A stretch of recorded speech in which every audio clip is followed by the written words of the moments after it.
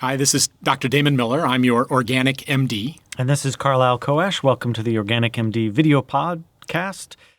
This is part 3 of our sessions on Stargardt.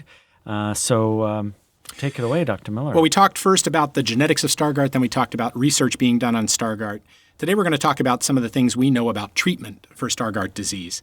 And I just want to begin by talking about the fact, it may seem self-evident, but both people with these diseases and their doctors, their ophthalmologists, we're all shaped by our expectations.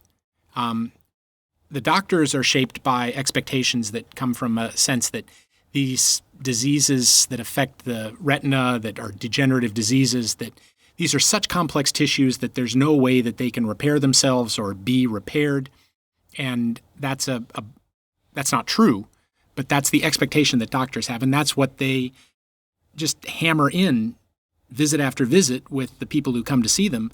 These diseases are hopeless. There is no treatment. There is no drug. There is no surgery. There's nothing that can be done. We're sorry.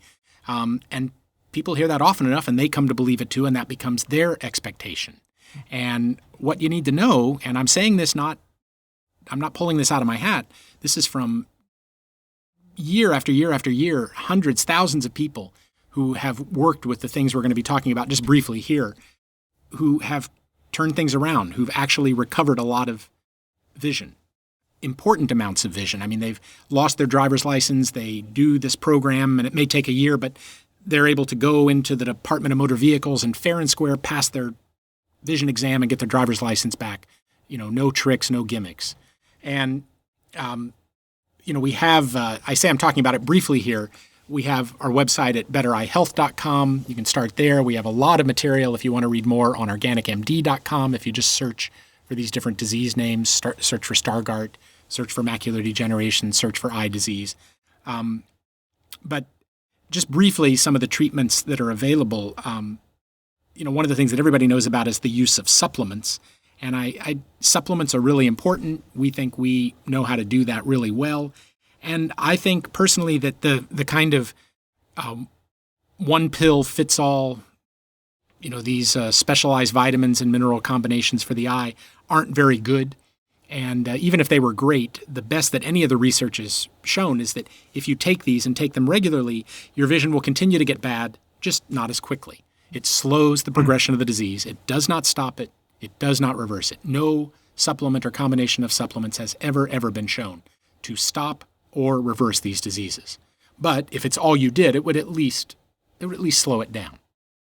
And the things that can be done that are more than just taking supplements really come out of a large body of research looking at adult stem cells.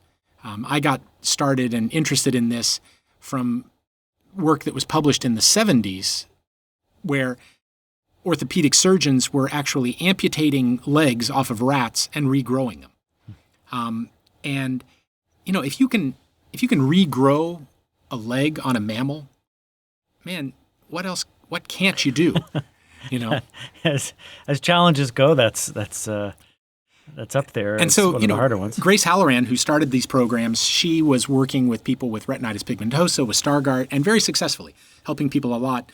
The first 10 years she was doing this, she wasn't using any of the technology that we use now, like microcurrent stimulation and things like that. She was just working with diet and lifestyle and exercises and acupressure. And supplements, too, and supplements and nutrition.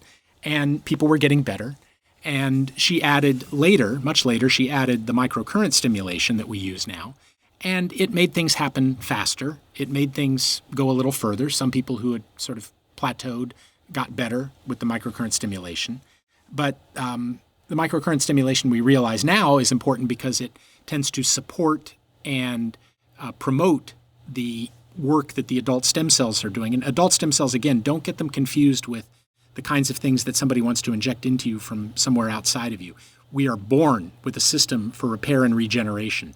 We carry around a load of adult stem cells with us wherever we go. I don't care if you just cut yourself shaving. It's your adult stem cells that get engaged and enlisted to help repair that piece of skin so it grows back and looks like the skin that was there before. And that's true for bigger things. If you're trying to heal a heart attack or heal your pancreas or after a pancreatitis or heal your liver after a hepatitis, or in this case, healing your eyes after years of a degenerative disease have robbed you of vision, these technologies and these things we're doing go a long way to helping you recover vision. The thing I recommend if you want to know more, like I say, there's a lot of material. You can start on organicmd.com. But we just published a book. Carlisle and I just wrote a book called Stem Cells Heal Your Eyes. Stem Cells Heal Your Eyes. You can get it on Amazon.com. There's a Kindle version and a paperback version. And we're really proud of that book, but it really lays out what we're doing in a lot of detail. And really, if you think you need this either to prevent these diseases or treat them, get the book, read it, and there are ways to contact us if you want to know more. Well, what strikes me as you're talking is that we're mentioning that ophthalmologists often are just focusing on, take these supplements and, just do this one vitamin or do this one supplement and that's it, and that's all we're going to do, which seems to reflect a bit from what you were talking about last podcast of it's very hard for the sort of medical model to be doing multiple things. It's almost overwhelming, or they can't track it. And so I guess in some respects, supplements are sort of the easiest things to kind of pull out of space and just apply to the problem. Well, that's true. And like what I was saying before, the ophthalmologists hold the fundamental belief that these diseases are not reversible, that the eye cannot regenerate itself. And that's the way they think. And those are expectations that they hold, and human beings are shaped by their expectations, even if something else can be true.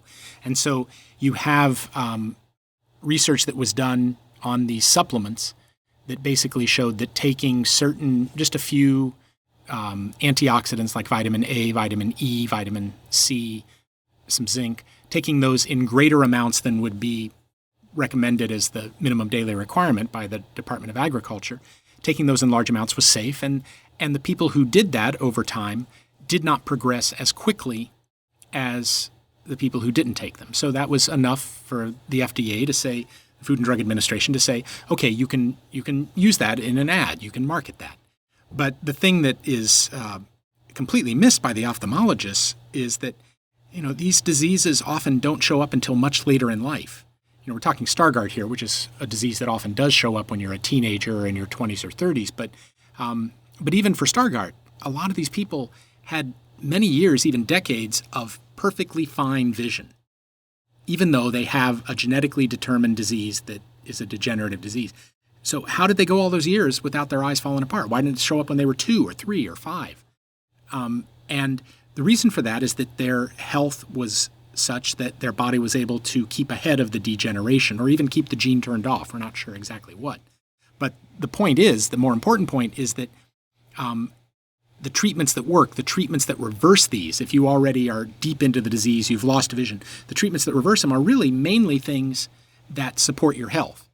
Really strong work with your nutrition, strong work with lifestyle change, getting rid of all the bad habits out of your life, stress management, and then some tricks with exercises and acupressure and microcurrent stimulation, color therapy that improve circulation, and microcurrent stimulation that call to and basically recruit your stem cells to come to this area and help heal it.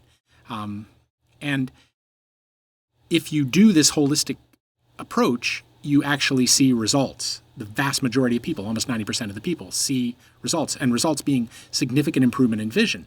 But that kind of a model is not one that medicine knows how to research. Medicine doesn't know how to take something with more than one variable and study it. And so it gets relegated to what's called outcomes data. Yeah, you did all these things, and in the end, the outcome was that a lot of people got better, but gosh, there could have been so many things that affected that. Well, yeah, there were a lot of things that affected that. But the fact is, people got better. People who you are telling, you, the ophthalmologist, you're telling these people it's hopeless, it's just going to get worse, there's nothing you can do, forget it. And that's kind of the problem. And so I'm surprised, since there has been success, or you've seen success, that we don't see in the news these treatments necessarily advertised. They do show up, but it's not a product. It's not something you can make into a product and sell.